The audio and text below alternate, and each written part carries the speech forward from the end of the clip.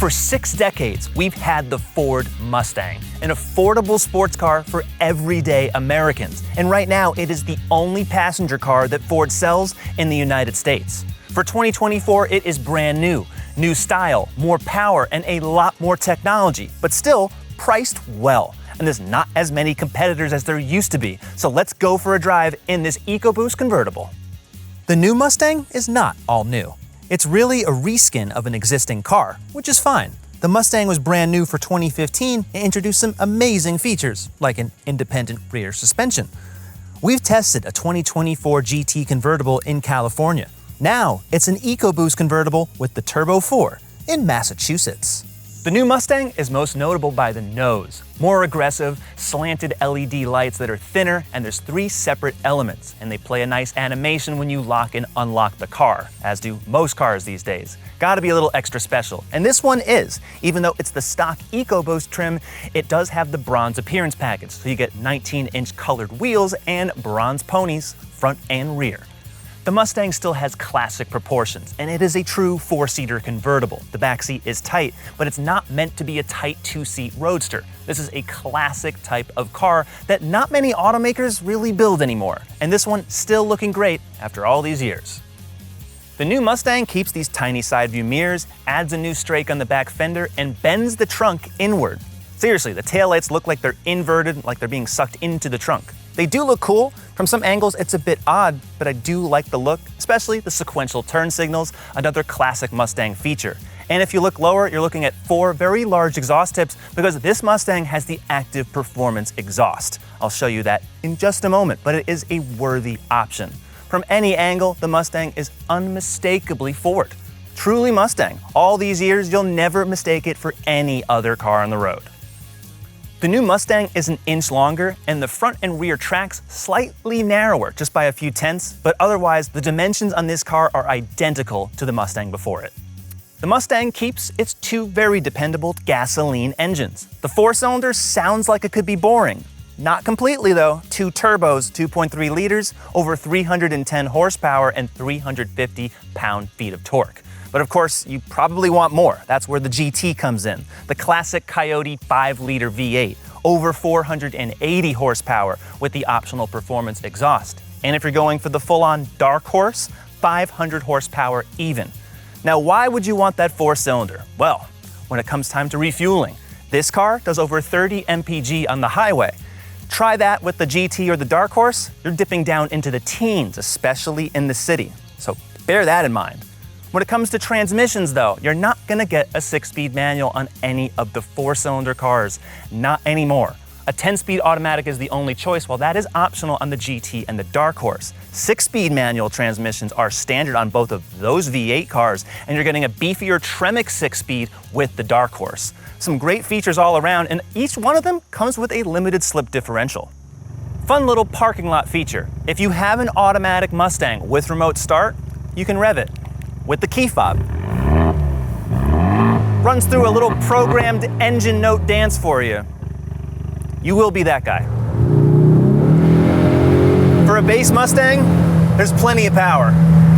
Now, while the exhaust can be really annoying at low speeds, at speed, sounds pretty great. Ford's Turbo 4 is literally everywhere. This 2.3 liter you can get in a Ranger pickup truck, but the way it's tuned here, you can hear the turbos hissing at low speed, and there's virtually no lag when you're in sport mode.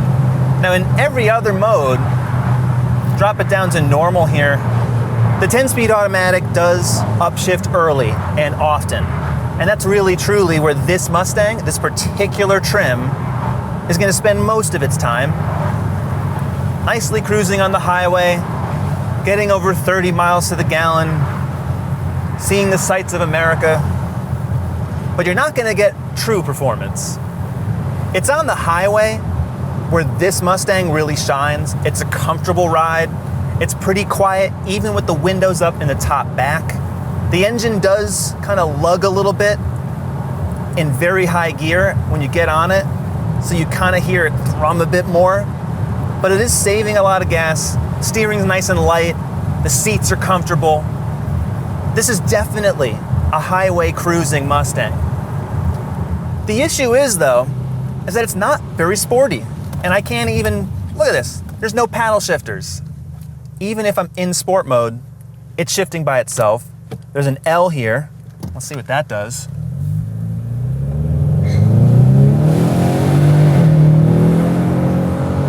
Definitely extra get up and go there, but then I can't figure out which of the 10 gears I want to be in. And that, to me, a shocking omission, really. Maybe it's not too shocking, because Ford wants you to pay extra, like $3,500 extra for paddle shifters as part of the performance package.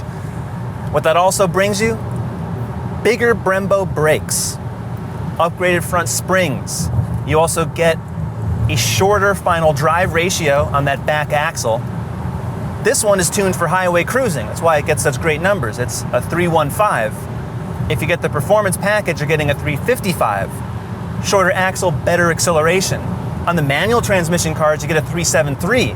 So the car will accelerate even quicker. And the issue here isn't so much that I don't have paddle shifters. It's just that when you really start to push the car, you feel like, okay, it has some giddy up, but you don't really want to go too hard. The brakes are smaller, the suspension is cushier, and I can change the steering weighting, which I do like, with a button on the steering wheel. But it doesn't really give you all of the dynamic feel of the GT. I say all that because at this price, this Mustang is 50 grand, you can get into a GT convertible for just about $2,000 more than this car. So you have to ask yourself, do you want to save gas, or do you really just want to have more fun? I think you could have a lot of fun with the 4-cylinder engine. So with this exhaust, I'm kind of expecting just a hair more, right? I want more control from the gears. I would prefer even bigger tires, but this setup is actually good. It's going to outperform most regular cars. It does. You're probably used to renting Mustangs and them being kind of slow, kind of boring, but this really isn't. It's not. I think you just expect it, at least from the looks alone, for it to be much faster, more agile, all of those things, because that's the car that Ford advertises on the commercials. Those are the cars, the GTs, the Shelbys that you see in all the movies, at car shows. So just because you're in the stock Mustang, the base model, it doesn't mean that you're not going to have a good time. You absolutely will. It's just fun driving around with the top down and realizing that you don't have to spend $90,000 or more to get into a convertible with this many seats. Because really, who's making convertibles like this anymore? Chevy's not going to pretty soon with the Camaro. And if you want a BMW, they're going to charge you a lot more. So even though I think this is not totally the best value play, there's not a whole ton of cars that are like this Mustang. Funny enough, even though this isn't the performance Mustang by any means, it still has a track mode, and with this active exhaust, it's essentially straight piped. It is loud. It kind of feels out of character for this type of Mustang, but kind of neat. You could be cruising around,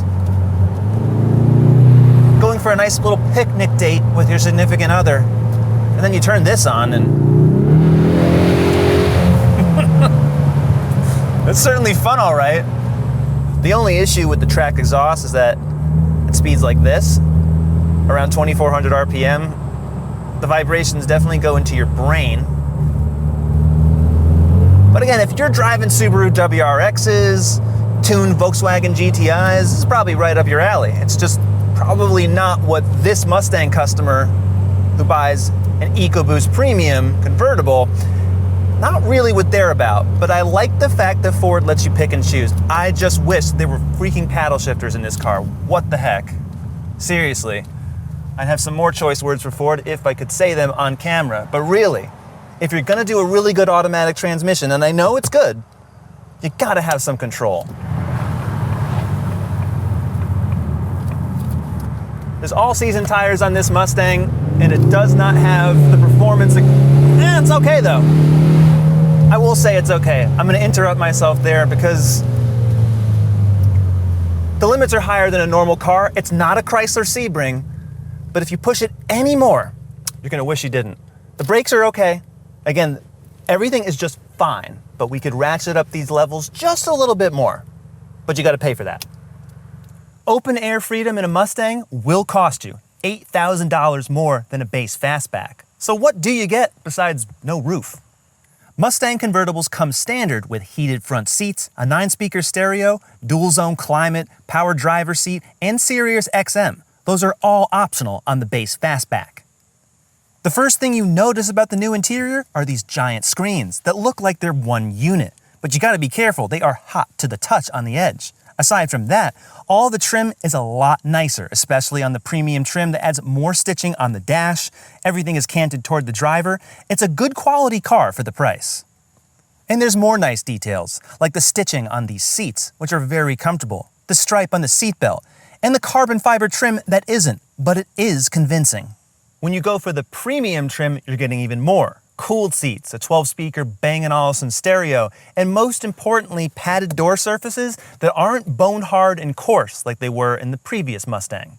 For a few minutes down the road, yes, you could cram some adults back here, but otherwise, it's a great place for groceries, luggage, and kids. Careful with these edges as the trunk goes up. They are definitely sharp. That's why it looks so cool. And there's actually about 10 cubic feet of space behind here, and you can fold down the rear seats, and it doesn't impact the space whether the top is up or down. So that is a very, very good thing to have, especially if you're going on a trip. If you like big screens, well, if you don't, too bad. That's the only one you can get. Upper trims of the Mustang, 13.2 inches. It is very clear, similar to other brand new Fords, but different. Why?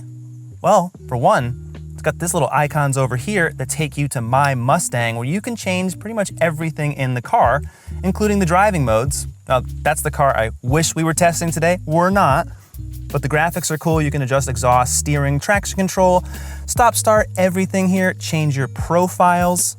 You can also see extra gauges if you so choose. Air to fuel ratio, that's kind of fun. And even more. If you like gauges, if you like data, it'll tell you in real time.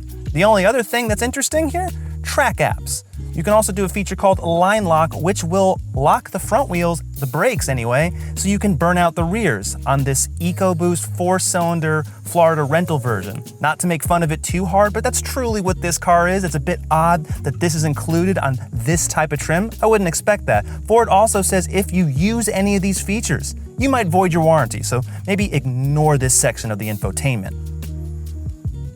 Other features that you'll find more useful in this Mustang, driver assistance. Ford's Blue Cruise hands-free system is not yet available on the Mustang, but plenty of other assistance is. Lots of great features there. Online owner's manual, you can kind of flip through this carousel over here. All the climate controls right here. If you wanted physical switches, well, you don't have any anymore. This is all you have, and this is kind of like one piece. I don't really like how that moves. The engine start-stop button, that's nice, and there's a volume knob, but if you like physical controls, you're not gonna find it anymore. On the instrument panel, well, of course, you can change the graphics, pretend like you're driving this convertible on the track, and imagine you're back in 1987. Ford calls this the Fox Body 87 to 93 theme. I do like how it looks, even though you can clearly tell it is digital. They did a good job here. Same thing with all the different driving modes. If you've seen our reviews of the F-150, you know how good the graphics are on those screens, and the Mustang just takes it to a different level. It's kind of fun, a little gimmicky, you can't show full screen maps, but for what this is, I think most people will like it. The 2024 Ford Mustang starts at $31,920. The convertible starts at $40,020. There are 6 trims. As tested with destination, as the EcoBoost Premium Convertible, $50,355. For competitors, there's only one, the Chevrolet Camaro, but soon there won't be one. And if you want another 4-seater convertible, you're gonna have to go up to a BMW 4 Series or an Audi A5 Cabriolet. And both, if you equip it like this Mustang, are easily $12,000 to $15,000 more. The Mustang is really competing against itself. There aren't any four-seater convertibles in this price segment anymore. Regular car companies just don't make them. So if you want classic, top-down, four-seater style, this is it. And the Mustang does it really well. The style, the performance, maybe not so in this certain trim, but there's so many choices and so many ways to order a Mustang that's why it's been so popular for 60 years and counting. What do you think? Would you get one of these? Tell us and go to CarGurus.com and subscribe to the YouTube channel. We'll see you next time.